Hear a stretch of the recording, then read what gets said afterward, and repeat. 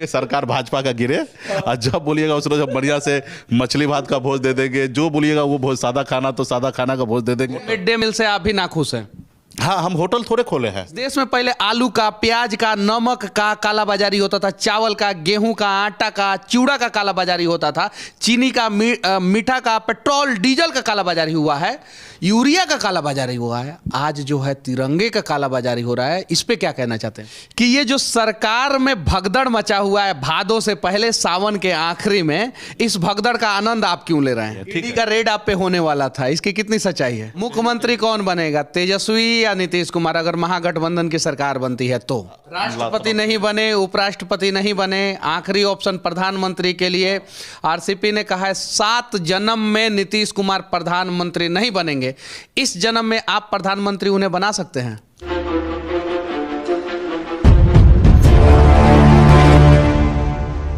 भादों से पहले बिहार में भगदड़ मचा हुआ है और उस भगदड़ का आनंद जो है एक नेता बड़े चाव से ले रहे हैं। आप देख सकते हैं वो अपना नाफा नुकसान और हिसाब जो है बहुत दिनों से कर रहे थे, क्योंकि इनके भी घर में कुछ दिन पहले जो है सेंधमारी हुई थी, किसी ने आग लगा दिया था। मुकेश सहनी जी अभी हमारे साथ हैं और 48 घंटे में बिहार में क्या होने वाला है, नीतीश कुमार जी किस करवट जाने वाले हैं, किसकी सरकार बनने वाली है, कौन मुख्यमंत्री बनेगा, उन सब चीजों पे चर्चा करेंगे इनके साथ। और साथ में ये भी सवाल पूछेंगे कि आखिर ये इतना खुश क्यों हैं और इनको आखिर क्या फायदा है। सबसे पहले सच तक न्यूज में आपका स्वागत है। बहुत बहुत धन्यवाद आपको जी। पहला सवाल कि ये जो सरकार में भगदड़ मचा हुआ है भादों से पहले सावन के आखिरी में, इस भगदड़ का आनंद आप क्यों ले रहे हैं? आनंद इसलिए ले रहे हैं कि जिसने हमारे घर में आग लगाए, ऑपरेशन लोटस किए, आज उनके घर में आग लग रहा है, ठीक है, तो खुशी हो रहा है कि जो दूसरे को जला रहे हैं वो खुद आज जल रहे हैं। यानी सत्यमेव जयते, आपकी जीत हो रही है। हाँ, जीत तो उसी रोज है कि जब कुमार जी आपको क्या देंगे? नीतीश कुमार जी से मुझे कुछ नहीं चाहिए। नीतीश कुमार जी अपना बिहार के लिए अच्छा काम करे, उनके पास 25 तक के लिए बहुमत मिला है, चाहे वो एनडीए में रह के अच्छा काम करे या यूपीए के साथ चले जाए वहाँ अच्छा काम करे। बस ये बिहार के लिए, युवा के लिए जो उन्होंने वादा किया 19 लाख रोजगार या बिहार के लिए बेहतरी के लिए, तो वो बिहार के जनता के ऊपर खरा उतरने का कोशिश करे। अब तो ये युवा जो है वो बेलडमरू बन जाएंगे। पूछिए क्यों? भाजपा ने वादा किया था 10 लाख, महागठबंधन ने वादा किया था 19 लाख। भाजपा वाले बोलेंगे कि हमारा तो सरकार है ही नहीं, और महागठबंधन वाले बोलेंगे कि हम तो सिर्फ 2 ही साल सरकार चलाए हैं। तो क्या होगा? नहीं तो दोनों आदमी को जवाब तो देना पड़ेगा, क्योंकि आप भी 2 लाख लोगों को रोजगार दे दे, 19 और 10 29, इसमें बिहार के युवा को फायदा हो जाए। तो देखिए ये सब तो राजनीति में ये सब चलते रहेगा, ये सारे चीज इससे पूर्व में भी सरकार बनने वाली है। जिस तरीके से माननीय मुख्यमंत्री जी को परेशान कर रहे हैं, खास करके भाजपा परेशान कर रहे हैं लोग। जैसे आपने देखा कि 2020 में चुनाव में किस तरीके से चिराग मॉडल लाकर और नीतीश कुमार जी को एक षड्यंत्र के तहत उनका डूबता हुआ जहाज, आरसीपी सिंह ने कहा है। नहीं, आज की तारीख में जो डूबता हुआ जहाज नहीं कह सकते। माननीय मुख्यमंत्री नीतीश कुमार जी मजबूती से अपने दल के साथ है और उनका दल आज इतना सक्षम है कि इस देश में उनके पास ही आज प्रधानमंत्री का कैंडिडेट है। आज यूपीए में अगर ढूंढ लीजिए पूरे भारत में, तो यूपीए में एक ही शख्स है जो मोदी जी को यशमेघ रथ को या रथ को कोई रोक सकता है, वो है श्री नीतीश कुमार जी, जो वो रोक सकते हैं। तो इसलिए आज उनको डूबता हुआ नीतीश कुमार जी प्रधानमंत्री बनने के लिए बिहार में भाजपा का साथ छोड़ रहे हैं। अगर छोड़ेंगे तो उसके पास एक ही कारण होगा कि यूपीए का राष्ट्रपति नहीं बने, उपराष्ट्रपति नहीं बने, आखिरी ऑप्शन प्रधानमंत्री के लिए आरसीपी ने कहा है 7 जन्म में नीतीश कुमार प्रधानमंत्री नहीं बनेंगे। इस जन्म में आप प्रधानमंत्री उन्हें बना सकते हैं? यही जन्म में आरसीपी सिंह खुद प्रधानमंत्री बना रहे थे। आज वहाँ पे नहीं है, लोग कहते हैं ना कि आपको मिल गया तो अंगूर मीठा, नहीं मिला तो खट्टा है। तो आज की तारीख में आप वाले भी तो आरसीपी सिंह के ऊपर आरोप लगा रहे हैं, जब तक अंगूर जदयू के साथ था तो आनंदी के साथ खा रहे थे, अब अंगूर जो है वो दूसरे खेमे में चला गया तो आरसीपी सिंह खट्टा लग रहे हैं।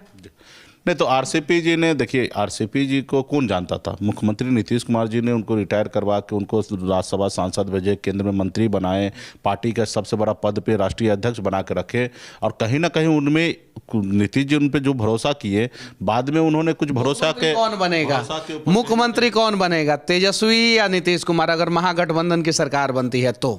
मुख्यमंत्री तो नीतीश कुमार जी ही बनेंगे। अगर प्रधानमंत्री बन जाते हैं 24 में, तो फिर वो उस जगह पे माननीय मुख्यमंत्री जी बहुत बड़ी बात बोल रहे हैं ये। देखिए, यानी अगर कोई डील हुआ तो वो इस शर्त पे डील होगा कि 24 तक मुख्यमंत्री नीतीश कुमार जी ही रहेंगे। 24 तक नहीं, 25 तक। 24 में जब प्रधानमंत्री बन जाएंगे छोड़ देंगे तो जो है तेजस्वी यादव मुख्यमंत्री बनेंगे। सही है। और ये हलचल, ये भगदड़, ये भादों से पहले का भगदड़ में लालू प्रसाद यादव जी का कितना योगदान है? लालू प्रसाद यादव जी का तो जाहिर सी बात है, पार्टी में हो रहा तो उनका आशीर्वाद तो लिया ही जाएगा, बोला ही जाएगा, लेकिन अभी लालू जी बहुत ज़्यादा डिसीजन लेने के इसमें नहीं है, क्योंकि अभी उतना बहुत ही खुल के बात नहीं कर पाते, उतना उनको बहुत कुछ जानकारी नहीं। बिहार में सबसे बड़ा दुश्मन आपका कौन है? अभी इतना बड़ा भी दुश्मन नहीं बनाएंगे, लेकिन हाँ, भाजपा जो जिसने मेरे साथ गलत किया है, ठीक है, वो गलत किए हैं। ठीक ईडी का रेड आप पे होने वाला था, इसकी कितनी सच्चाई है? कोशिश कर रहे थे लोग कुछ करें, इनको फंसाए कैसे भी, लेकिन हम उसके जाल में नहीं फंसे, क्योंकि हमने ज़िंदगी में कभी ऐसा काम ही नहीं किया था जो उनके जाल में हम फंस सकते थे। तो उन्होंने पहले तो ऑप्शन उनके पास यही था कि कैसे भी इनको प्रेशर दे के। ईडी का जो रेड हो रहा है उस पर आप क्या कहना चाहते हैं? अब ईडी का रेड तो अभी क्या, ये तो अभी जो आपके गांव में, हमारे गांव में जो थाना है ना, उसके जैसा ईडी हो गया। एक साल में 8-8 हज़ार 3-3 हज़ार केस दर्ज होता है, ठीक है, और उस पर इंक्वायरी होता है। तो अभी वो ईडी बहुत बड़ा ये नहीं रह गया, ठीक है। जो ईडी का ऑफिसर भी है, जो हमारे 2 जानने पहचानने वाले, बोलते अभी क्या क्या फाइल देखे, अब कल ये फाइल देखो, परसों वो फाइल देखो, वो देखो, जब देखो फोन आ जाता है, रात रात भर बैठ के देखते रहो, ये करो वो करो। तो अभी वो मतलब बहुत ज़्यादा अभी कारगर नहीं है। अब ईडी तो मतलब ऐसा है कि जब चीज़ें बहुत किसी से नहीं होगा, जो राज्य सरकार का एजेंसी है या केंद्र सरकार के जो इनकम टैक्स है, ये सारे एजेंसी जहाँ पे काम नहीं कर पाएगा, और वहाँ पे अगर लगता है कि बहुत गड़बड़ी है, तब ये सब केस ईडी के पास जाता है। अभी तो पहले ही ईडी आ जा रहा है, पहले वहाँ जाने से पहले ईडी आ जाता है, ठीक है। तो किसी मनीष कश्यप को सर्च करना है तो पहले चलो ईडी के द्वारा ही करो। हमारे ऊपर ईडी का रेड मत करवाइए आप, हम लोग बड़ी मुश्किल से काम कर रहे हैं ना। अभी उनके ऊपर है, अब ज़्यादा कुछ दिखाइएगा। अभी आप बोल रहे हैं हर घर तिरंगा के साथ साथ हर घर नौकरी देना चाहिए, तो जाहिर सी बात आपके ऊपर, हमारे ऊपर तो करी नहीं बोले, आप बोले हैं। हम बोल रहे हैं, हम भी बोले हैं। अच्छा, तो इस तरीके से होगा तो हर घर तिरंगा मुहिम का हम सपोर्ट करते हैं, और मैं राष्ट्रवादी आदमी हूं तो मैं सपोर्ट करूंगा, लेकिन हर घर तिरंगा के पहले जो है हर किसी के पास घर होना चाहिए और हर घर में रोजगार होना चाहिए। इसका व्यवस्था अगर सरकार ने कर दिया होता तो हर घर तिरंगा मुहिम जो है वो सफल होता। और हम भी 15 अगस्त को कहते कि हर घर तिरंगा मुहिम जो है मोदी जी का बहुत कारगर है, लेकिन आज हर घर में बेरोजगारों का फौज खड़ा है, उसके लिए कुछ प्रयास नहीं किया जा रहा है। और इस देश में अभी भी 10 से 12 करोड़ लोगों के पास, ज्यादातर शहरी आबादी के पास जो है पक्के का मकान नहीं है, झोपड़पट्टी में रहने को मजबूर है। तो इसके लिए भी प्रयास किया जाए। 20 रुपए का झंडा भाजपा का पदाधिकारी 50 रुपए में बेच रहे हैं, उनको घर कहाँ बनाना, उनको झंडा बेचना है। आज मोदी जी पॉलिस्टर का झंडा, पॉलिस्टर का झंडा, उसको भी कैबिनेट से इन्होंने पास किया, क्योंकि पहले ऐसा था कि हमारे संविधान में लिखा था कि खादी का ही झंडा होगा। तो इसके लिए उन्होंने अभी देखा कि इतना उपलब्ध नहीं कराएंगे। एक और चीज मैं पूछना चाहता हूं, खादी का झंडा जो मतलब कि 600 रुपया में मिलता था, वो आज 2350 रुपया में पटना में मिल रहा है, खादी भंडार में, खादी भंडार में। जरा सोचिए कि इस देश में पहले आलू का, प्याज का, नमक का कालाबाजारी होता था, चावल का, गेहूं का, आटा का, चिवड़ा का कालाबाजारी होता था, चीनी का, मीठा का, पेट्रोल डीजल का कालाबाजारी हुआ है, यूरिया का कालाबाजारी हुआ है, आज जो है तिरंगे का कालाबाजारी हो रहा है। इस पे क्या कहना चाहते हैं? नहीं तो यही तो सरकार को जो काम करना चाहिए और प्लानिंग से करना चाहिए, वो नहीं करता। अगर यही हर घर तिरंगा, सरकार दोषी है या विपक्ष दोषी है? सरकार सबसे पहले ज्यादा दोषी है, विपक्ष सबसे पहले विपक्ष दोषी है। जनता को उम्मीद सरकार से कम और विपक्ष से ज्यादा होता है। देखिए विपक्ष कितना काम करेगा, कर ही रहे हैं, विपक्ष कहाँ काम कर रहा है? कर रहे हैं, लेकिन उसका सुन नहीं रहे ना। एक भी विपक्ष को सुन रहे हैं, एक भी विपक्ष के अनुकूल काम कर रहे हैं, और ज़्यादा विपक्ष बोला तो उठा के जेल भेज दे रहा है, प्रेशर पॉलिटिक्स करने लगता है कि देखो भोला यादव को उठाए, कल जाके तुमको भी उठा लेंगे।